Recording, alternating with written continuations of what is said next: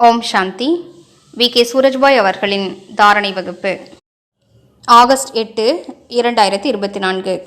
நம் அனைவருக்கும் உயர்ந்த அதிர்ஷ்டத்தை உருவாக்கிக் கொள்வதற்கான வாய்ப்பினை வழங்குவதற்காக சுயம் அதிர்ஷ்டத்தின் வள்ளலே நேரடியாக வந்திருக்கின்றார். மேலும் நமது உயர்ந்த அதிர்ஷ்டத்தினை பல பிறவிகளுக்காக உருவாக்கிக் கொள்வதற்கான பலவிதமான விதிமுறைகளை கூறுகிறார். மேலும் நமது அதிர்ஷ்டம் நன்றாக உருவாகி கொண்டிருப்பதை கண்டறிவதற்கான சாதனத்தையும் நமக்கு கூறியிருக்கிறார். உங்களது அதிர்ஷ்டம் நன்றாக உருவாகி கொண்டிருக்கிறது என்றால் நீங்கள் மிகவும் லேசாக இருப்பீர்கள், மிகவும் மகிழ்ச்சியாக இருப்பீர்கள்.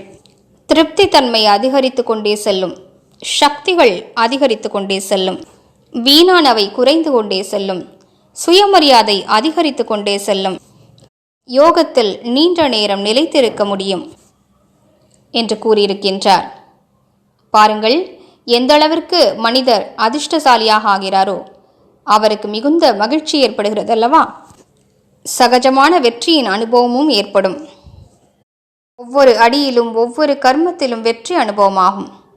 எனவே அதிர்ஷ்டத்தை உருவாக்கிக் கொள்வதற்கான முதன்மையான அடி, எந்தளவிற்கு உடல் உணர்வினை தியாகம் செய்வீர்களோ, அதாவது அசரீரியாகிக் கொண்டே செல்வீர்களோ, ஆத்ம அபிமானியாக ஆவீர்களோ, அந்தளவிற்கு யோகத்தில் நிலைத்திருக்க முடியும்.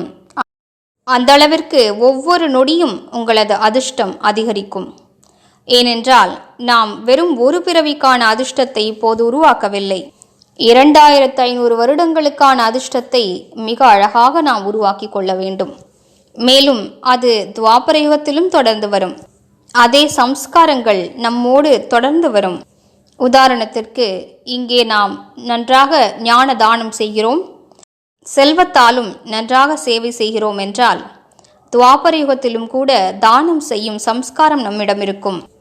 இதன் காரணமாக அப்போது கூட நமது அதிர்ஷ்டம் நன்றாக இருக்கும். எனவே நாம் அனைவரும் சோதனை செய்வோம். எந்தளவிற்கு நான் உடல் உணர்விலிருந்து விலகி இருக்கிறேன், உடல் சார்ந்த கவர்ச்சியிலிருந்து எந்தளவிற்கு விலகி இருக்கிறேன், கர்மேந்திரியங்களின் ரசனையிலிருந்து எந்தளவிற்கு நான் விலகி இருக்கிறேன், காமத்தின் ரசனை, பேராசையின் ரசனை, பற்றுதலின் ரசனை, நாவின் ரசனை, காதுகளின் ரசனை, கண்களின் ரசனை, இவற்றை நாம் விட்டு கொண்டே செல்கிறோமா? எந்தளவிற்கு இவற்றை விட்டு விடுவோமோ அந்த அளவிற்கு வாழ்க்கையில் ஈஸ்வரிய ரசனை அதிகரிக்கும். மேலும் நமது மனநிலை உயர்ந்ததாக ஆகிக் கொண்டே செல்லும். உடல் உணர்வினை தியாகம் செய்வதற்கான அர்த்தமே என்னவென்றால், ஆத்மாவின் உண்மையான 7 குணங்கள் வாழ்க்கையில் நிரம்பிக் கொண்டே செல்லும். நமக்கு அது அனுபவமாகும். நான் மிகவும் அமைதியாகிவிட்டேன். அனைவருக்காகவும் அன்பின் உணர்வு அதிகரித்து கொண்டே செல்கிறது. உள்ளார்ந்த சுகம் அதிகரிக்கிறது. சுகத்தினை வழங்குவதற்கான சம்ஸ்காரம் இயல்பானதாக ஆகிக் கொண்டே செல்கிறது. நாம் சக்தி வாய்ந்தவராக ஆகிக் கொண்டிருக்கிறோம். தூய்மை தன்மை வரமாக அனுபவமாகிறது. நமது அகங்காரம் விடுபட்டு கொண்டே செல்கிறது. நான் எனது என்பவையும் விட்டு சென்று கொண்டிருக்கின்றன. இந்த அனுபவம் மிக அழகானதாக இருக்கும். இதன் மூலம் உயர்ந்த அதிர்ஷ்டம் உருவாகி கொண்டே செல்லும். ஆத்மாவின் 7 குணங்களும் வந்துவிட்டால் நாம் எந்த அளவிற்கு சுகத்தை வழங்குபவராக ஆகிவிடுவோம். நமது பாவனைகள் எத்தனை உயர்ந்ததாகிவிடும். நமது எண்ணங்கள் எந்த அளவிற்கு உயர்ந்துவிடும். ஏனென்றால் எண்ணங்களின் சக்தியால் தான் அதிர்ஷ்டம் உருவாகிறது. எனவே முன்னேற்றத்தை அனுபவம் செய்வோம். தனக்குத்தான் பேசிக்கொள்வோம். எனது அதிர்ஷ்டத்தை உயர்த்தி கொள்வதற்கான ஈடுபாடு என்னிடம் இருக்கிறதா? அல்லது என்ன கிடைத்தாலும் பரவாயில்லை, சொர்க்கத்திற்கு தான் சென்று விடுவோமே என்று யோசிக்கிறோமா? சொர்க்கத்திற்கு சென்று விடுவோம், சுகமும் கிடைத்துவிடும். ஆனால் வீழ்ச்சி கூட வேகமானதாக இருக்கும். துவாபர யுகம் தொடங்கியதுமே தீவிரமான வேகத்தில் விழத் தொடங்குவோம்.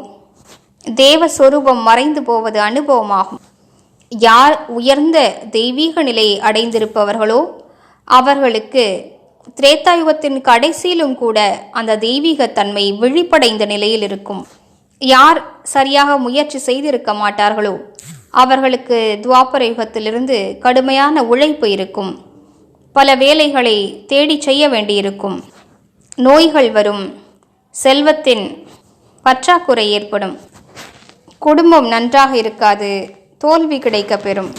இவற்றிலிருந்து தப்பிப்பதற்காக நமது மனதில் உற்சாகத்தினை ஏற்படுத்திக் கொள்வோம். நான் உயர்ந்த அதிர்ஷ்டத்தை அவசியம் உருவாக்கி கொள்ள வேண்டும். இல்லையென்றால் மக்கள் பகவான் அதிர்ஷ்டத்தை வழங்க வந்தார், நீ உறங்கிக் கொண்டிருந்தாயா என்ன என்று நம்மை பார்த்து கேட்டுவிடக்கூடாது. ஓம் சாந்தி.